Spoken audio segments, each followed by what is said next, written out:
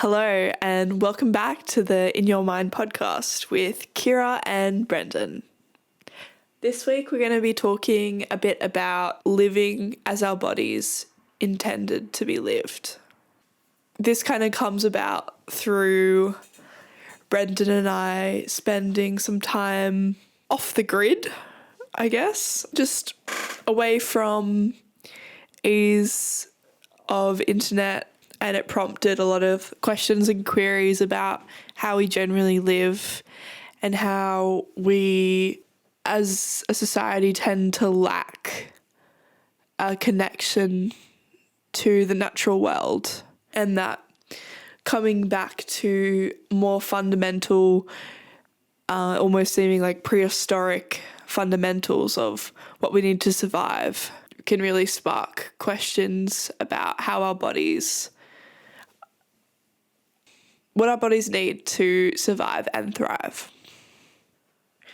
I think going away for a couple of days and having your routine kind of switched up, or not even switched up, like still doing the same things you generally do, but less interrupted and with more time, because I know, like, personally, I'm pretty interrupted with my phone and with living in an area where there's like a lot of people around and a lot of cars going past and everything feels quite rushed and interrupted, and my attention is constantly drifting. And then going from like that to then in a place where, you know, there's hardly anyone that drives by, and if they do, you're nearly you're 500 meters away from where that is happening. And all you hear are like the birds and the trees and the wind and the rain and the fire. Like, for starters, your sound and your whole sensory system is kind of put at ease through those sounds, through those like white noise sounds. And then just like not being constantly interrupted by the internet or by the desire to pick up your phone, because if you do, like, there's nothing you can get on it anyway. So it kind of stops the cycle of attention grabbing and puts you into a calmer mode of existing.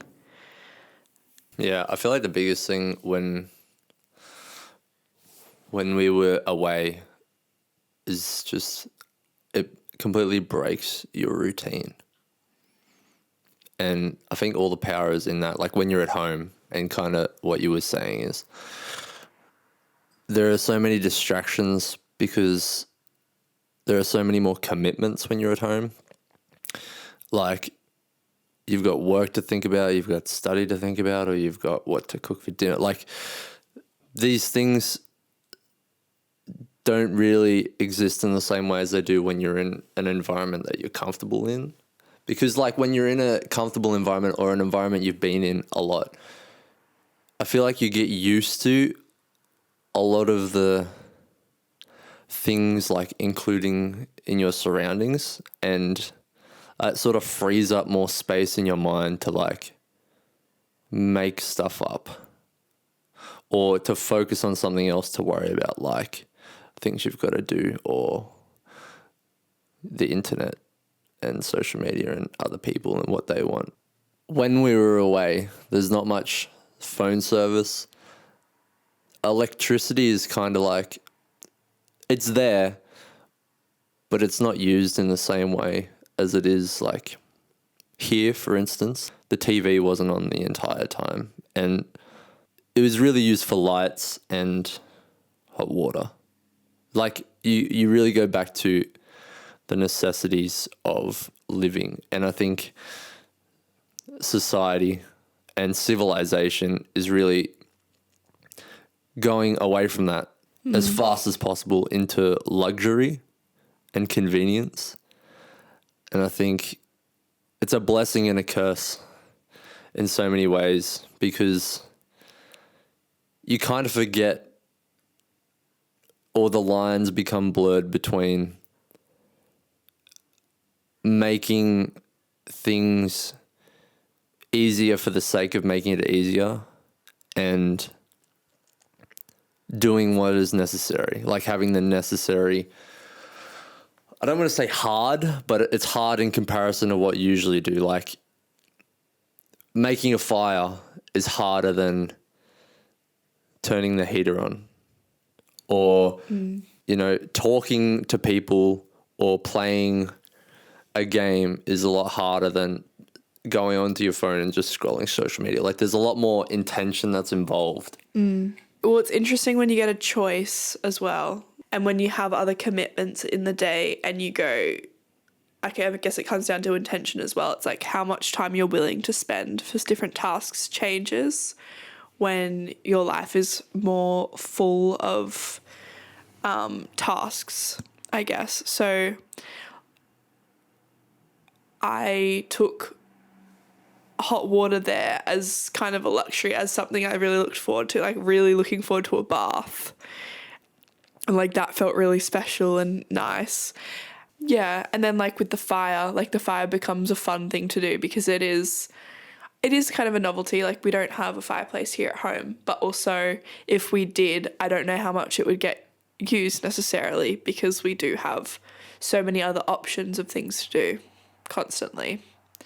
And you have other commitments and arrangements that it's not like the front of focus or something that you look forward to because it's not something you see as special.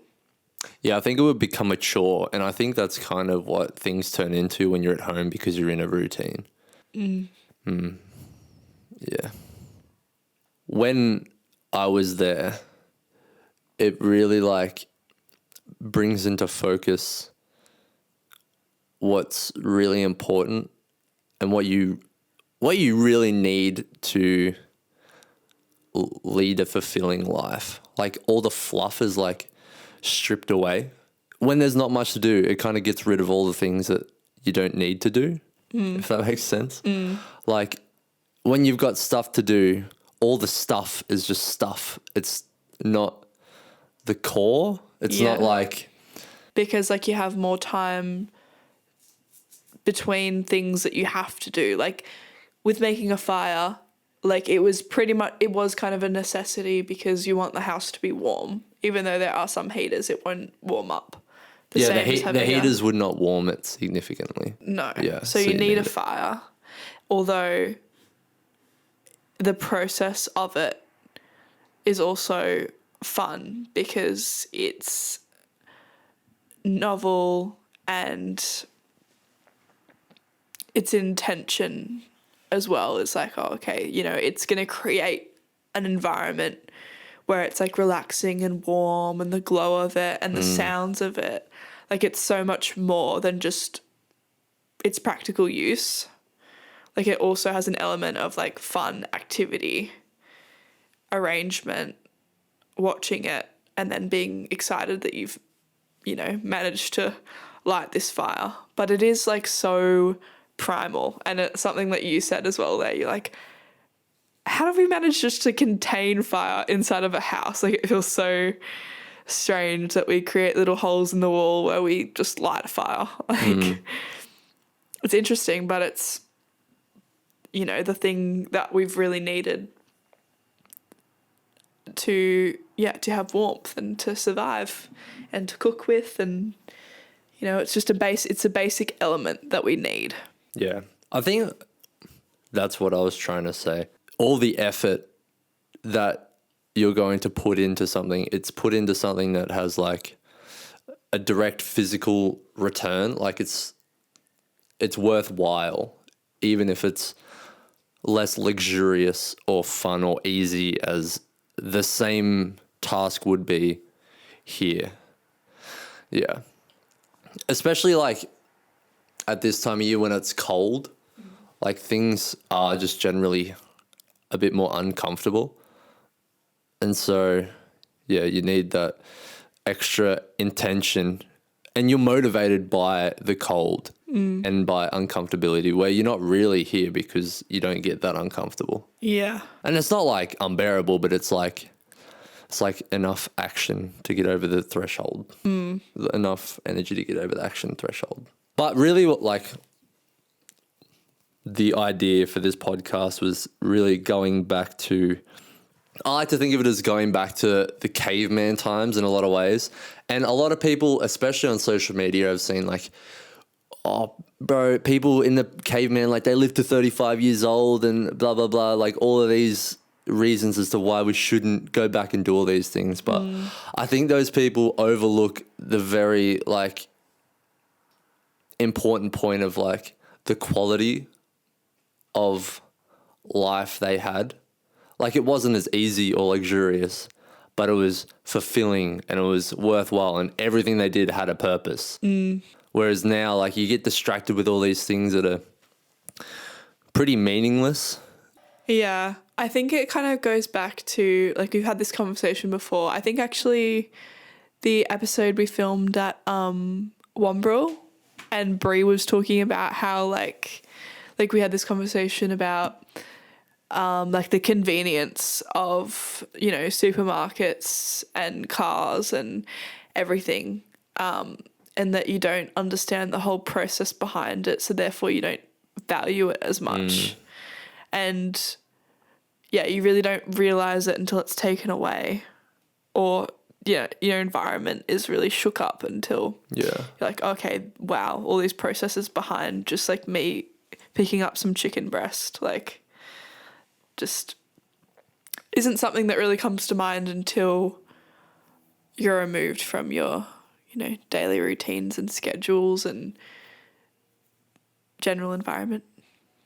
And I think that's where a lot of confusion comes from for people and like lack of purpose, because the steps we take to do things now are so abstract compared to like hundreds of years ago. Like now you flip a switch to get the majority of things, or you touch a metal box that emits light to get a dopamine hit. Like these things don't really make sense to our, you know, primal brain. And so I feel like it's not as fulfilling for that reason. Like we haven't caught up in a lot of ways. Yeah. Well, because our biology is so old for the technology that we have right now. So we're operating with hormones and, you know, mechanisms that aren't really prepared for how we live our life today. How do you think your attention changes when you are put into an environment like our trip away, like being off grid? Well, it's not really off grid, but More off grid. yeah. Well, I think we're pretty soft as humans now. And I know I am in a lot of ways, because if there is an option to do it the easy way, which often is being distracted and procrastinating around the task that needs to be done, then I'm going to take that most of the time. And really only through discipline or the fact that you don't have a choice but to focus, like there's nothing else to do, then that really helps. And I think that's like the main part of it and why it's so good. Like it just takes it away from you, so you don't have the distraction there in the first place. What about you? Yeah. I think that my attention really changed through, being without, therefore being forced, like as you kind of just said. And then also just like the surroundings feeling calmer and more widespread naturally. Like there's so much of the natural environment around you that my attention can be more grounded and focused and selective. Yeah, and it really just allows me to have uninterrupted thoughts too, because I think with so many different noise and distractions and lots of technology around you, your attention's constantly like grabbed at or like, you know, tried to be pulled away. Your focus is constantly trying to be manipulated. So being in an environment where, you know, the world is just happening on its own with no like technology allows you just to be calmer and then to feel all your thoughts and emotions more deeply and intensely, and allow your thoughts to be like fully thought out kind of, rather than being distracted halfway through and not coming back to it. It just feels calmer in that way. Yeah, and my body is like able to relax more. Yeah, I think like the main thing or idea that I believe would be like, it's not living like the cavemen or like people did when things were harder and like when they had shorter lifespans and disease and all of those things. I just think like when I try cold exposure or when I eat whole food like they would have when before processed food was a thing, or when I do a really hard training session, all of those things that they had to do because they didn't have machines or, you know, things to do it for them, then I just feel better. It's hard to really explain to someone who doesn't understand it. So I think just like trying it and putting yourself in it is the best way to understand it. Yeah, it definitely feels like more cohesive and whole too. Yeah, like everything is being fulfilled that your body really like wants to do or is designed to do. Like, you know, a bit of running, and it was good as well, like running when it's kind of cold and then warming up. Even that too would make me want to run. I was like, oh, okay, well, if I run, I'm going to be warmer. So that was a helpful push to actually do it. And then once you do it, the clarity of mind you have and the thoughts and the creative, you know, the creative insights that you get through that clarity. And yeah, just your body being physically exhausted helps a lot. But yeah, nutrition and yeah, a balanced, cohesive Life. Yeah. Yeah, we're so like fixed on progression and advancement and technology. It's like if someone, I'm going to use a really basic example because it makes sense to me. Like if someone loved making music and they made music and that's what they loved doing and it fulfilled them and it made them happy. And then they became successful and then they decided, I'm going to progress in my career and I'm going to start a label. And now all of a sudden they're not making as much music as they were. They're still involved, but they're not necessarily making the music. And then the label grows and they become an executive. And now they're making even less music. But they progress in their career, they're making more money, they have more success. And then once they're an executive, maybe that label branches off into a few other companies that are aligned with music. And now all you're doing is managing these companies and you're no longer making music at all. Society would view that as like success and like you're doing the right thing, but you're going away from what actually is feeding your soul. And I feel like that's just what society and civilization does. Like technology and machines take that choice away from you. Like you can still choose to do it, but why would you when you could just get this to do it for you, you know? So like it pulls you out of it. It pulls you out of the thing that brings you the most satisfaction, which is kind of backwards. And I don't know where that started. Because it also like it takes the need of having like physical skills away. Like now everything's in your brain, and you can literally get away, like you can live an entire life, become quote unquote successful without doing anything physical at all. Like people who became crypto billionaires, I mean, I don't want to assume things, but I don't think they will be as happy or as fulfilled as someone who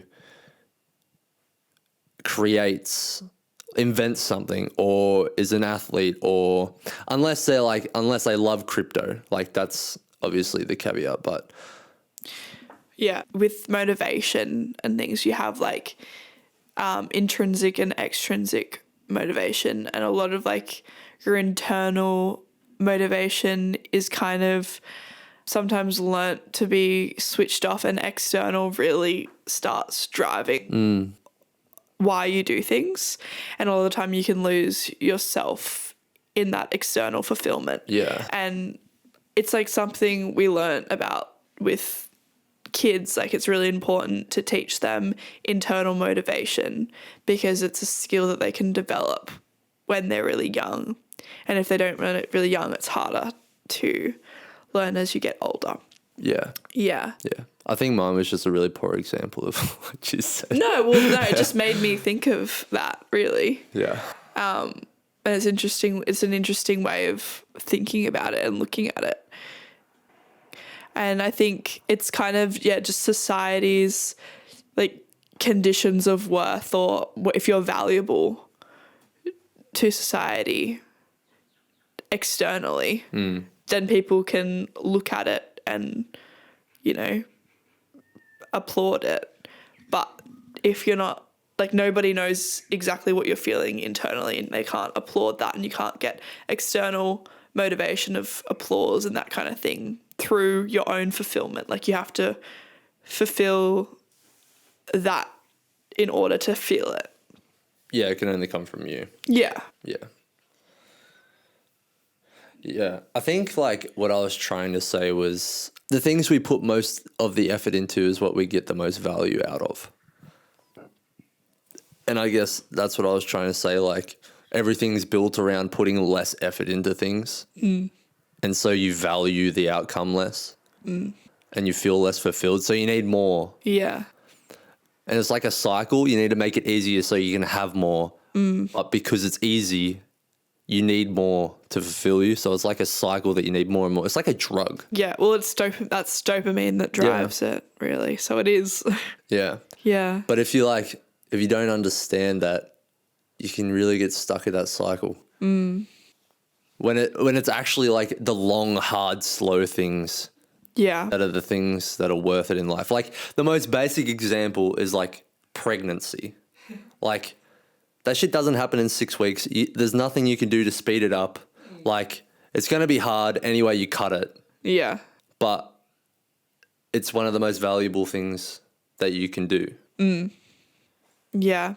And then I guess with things that are more like a skill or more like training to get a habit, it's something that you choose daily. Like you don't get you get a choice in it. With pregnancy, it's like if you're pregnant, You can't just take you a day can't off. really just, exactly.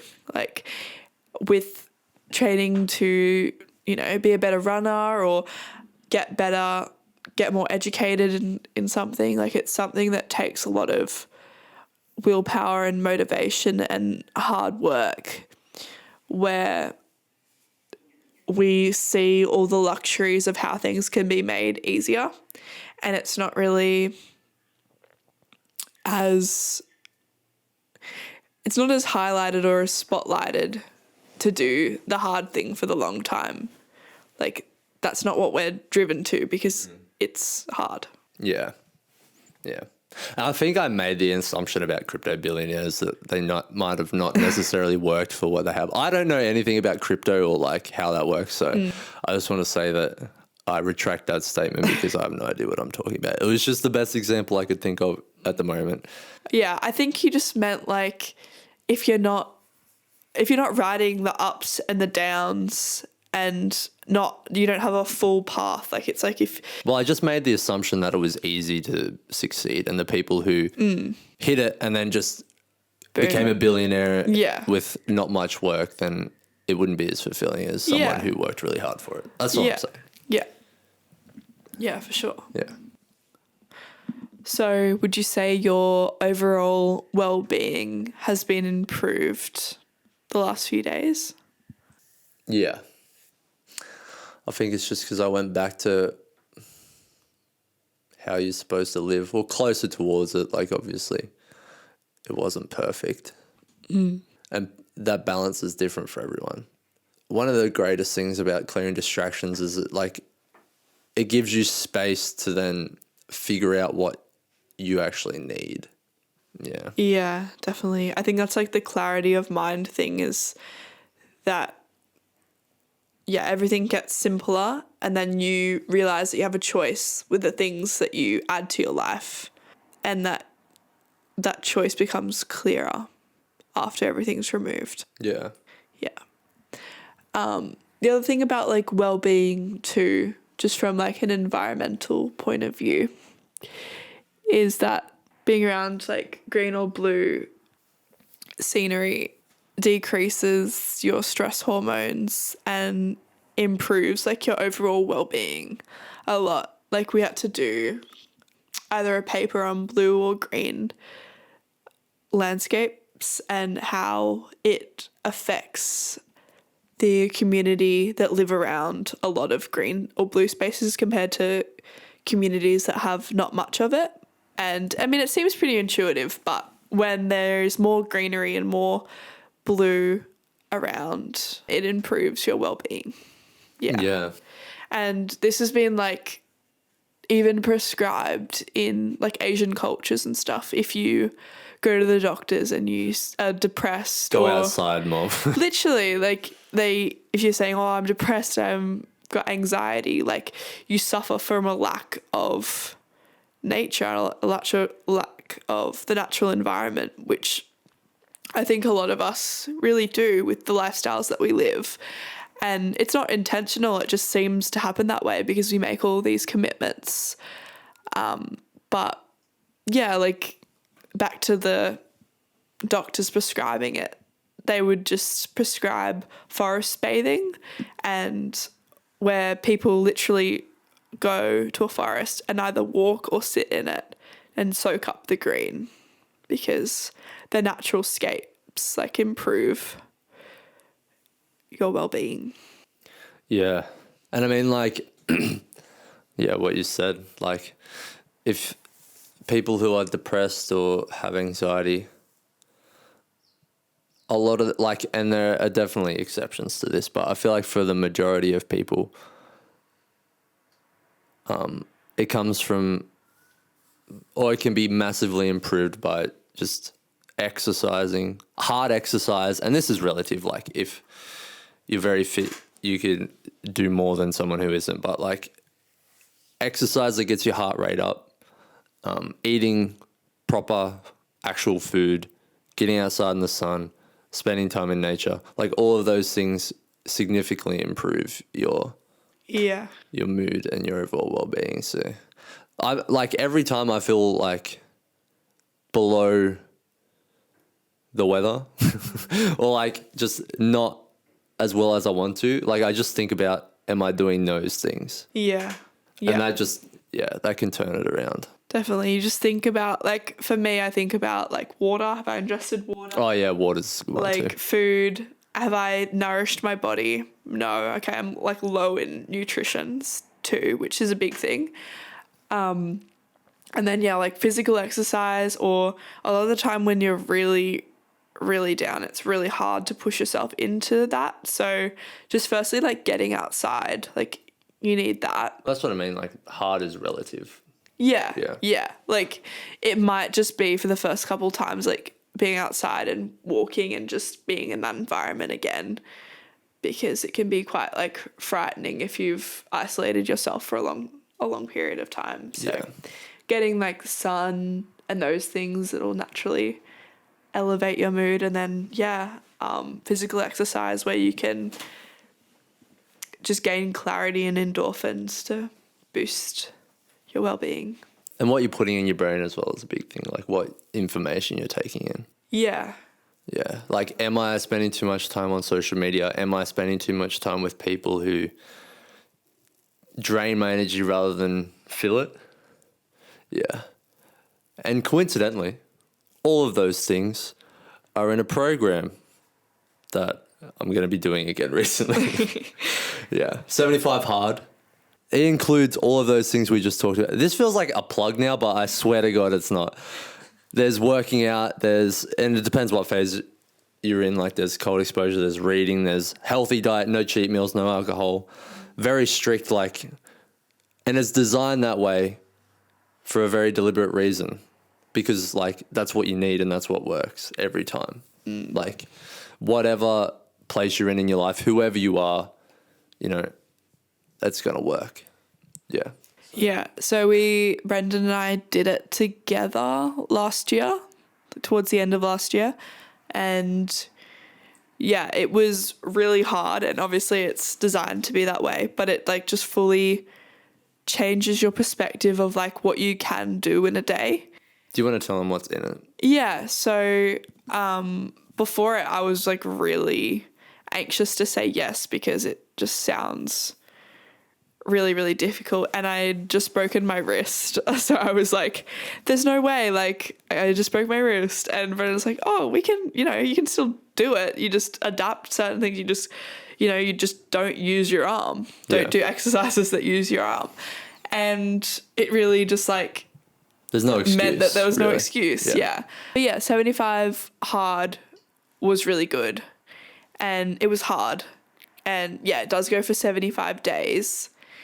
And the first couple weeks are definitely the most tough, but then you get into a routine and it just becomes like that you've done this always and that this is you. Yeah, you kind of forget what it was like before. Yeah, yeah, definitely. Yeah, and I got really into running as well because we do like one run most days and then do like an exercise class or like, you know, a brisk walk or something like that. A hike or yoga or like just a bunch of stuff. Yeah. Yeah. So 75 Hard. It's the 2 workouts, 45 minutes, one has to be outdoors. Drink a gallon of water, read 10 pages. Strict diet, no cheat meals, no alcohol. And then you also have to take a progress picture of yourself every day. Oh, yeah. And I think that's it. But anyway, that was a rant. And sorry for people who don't really care about that. But yeah, it really works. And if you find yourself in a rut. If you're looking for something to challenge yourself. If you do it exactly how it's written, you'll never be the same again. Yeah. Anyway. So when we were talking about being present and like how our attention really drifts in general life, attention is really a skill and it's something that you can practice and harness and yeah, you can elevate it. So in one of Huberman's episodes, and I'll link it down below as well, but he explained that attention works on an ultradian cycles, so it means that it happens in 90-minute spouts with the correlated hormones that make attention possible.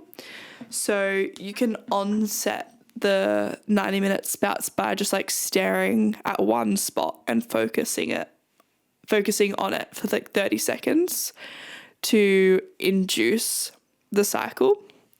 And when you're trying to focus on something and finding it really difficult because you keep getting distracted by different things, obviously clearing your space and like making your environment more streamlined and less cluttered is really helpful for that. But then, just choosing a spot in the middle of your vision and just staring at it for 30 seconds can help induce a state of attention, and that you should really work in spouts of like 90 minutes in accordance with that ultradian rhythm and cycle. Yeah, so that's just a way that we can really bring attention into our daily lives to practice and harness that skill, even when we're living in a really like fast-paced environment. I'll share the different resources that we've discussed today below.